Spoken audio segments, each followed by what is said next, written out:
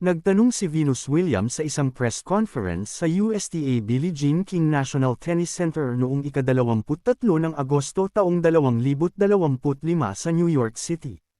Maddie Meyer, Getty Images, AFP.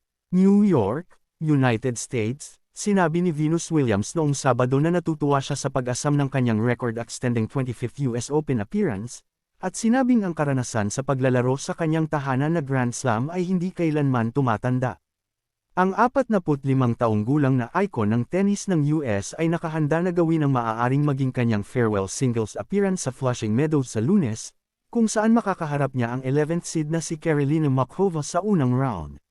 Super thrilling to be back, sabi ni Williams, na nakikipagkompetensya sa New York matapos bigyan ng wild card ng mga organizer na ang kanyang world ranking ay nasa ika-610 na pwesto. Hindi ito tumatanda, nagiging mas exciting, she told reporters. Bumalik lang si Williams sa tennis noong Hulyo kasunod ng 16 na buwang pagkawala sa sport, na nanalo sa kanyang opening match sa Washington Open bago lumabas sa second round. Ang paglitaw sa taong ito ay dumating mga 28 taon pagkatapos niyang unang dumalo sa US Open bilang 17 taong gulang noong 1997, nagsimula sa isang fairy tale run sa final kung saan natalo siya kay Martina Hingis. Kasunod ng nakakasilaw na debut na iyon, si Williams ay magpapatuloy sa pagbuo ng isang legacy bilang isa sa mga pinakadakilang manlalaro ng kababaihan sa kasaysayan, na nanalo ng 7 Grand Slam singles titles, 2 US Opens, 5 Wimbledons at 14 na Grand Slam doubles titles kasama ang kapatid na si Serena. Sinabi ni Williams noong Sabado na sa kabila ng litanya ng mga tagumpay sa isang karera na lumampas sa 4 na magkakaibang dekada, ang kanyang hilig sa tennis ay nanatiling hindi nabawasan. Gustong-gusto ko ang aking trabaho, sabi ni Williams sa mga mamamahayag. Kaya nandoon ang saya. Asked what people could take away from her appearance, she replied, hindi ko naisip kung ano ang aalisin ng mga tao dito. Iniisip ko lang kung ano ang makukuha ko dito.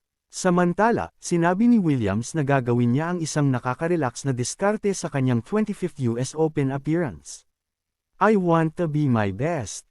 And that's the expectation I have for myself, to get the best out of me. And that's all any player can ask for, she said. I haven't played as much as the other players, so it's a different challenge. I'm just trying to have fun, stay relaxed, and be my personal best. Habang ang propesyonal na karera ni Williams ay maaaring malapit ng magsara, ang veterano ng US ay nagsabi na inaasahan niya pa rin ang pag-indayog ng isang racket hanggang sa katandaan. I think I'll always play tennis. It's in my DNA. So it doesn't matter if it's now or 30 years from now, sabi ni Williams. God willing, I'll be here, we'll be hitting balls. Siguro babalik ako para manood. Siguro sasabihin kong mas nagawa ko ito, at hindi ito totoo. Ngunit sa anumang kaso, ang tennis ay palaging magiging isa sa pinakamahalagang bahagi ng aking buhay.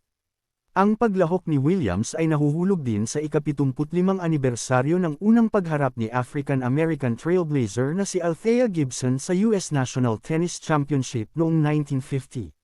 Sa palagay ko ang pinakamahalagang bahagi ay ipinagdiriwang natin ito at kinikilala ito, dahil napakaraming nagawa ni Althea, at marami sa mga ito ay hindi nabigyan ng kredito na nararapat at ang atensyon at papuri, sabi ni Williams. Sa tingin ko iyon ang pinakamahalagang bahagi sa akin, nagniningning lamang dito at nakikita, kinikilala lamang.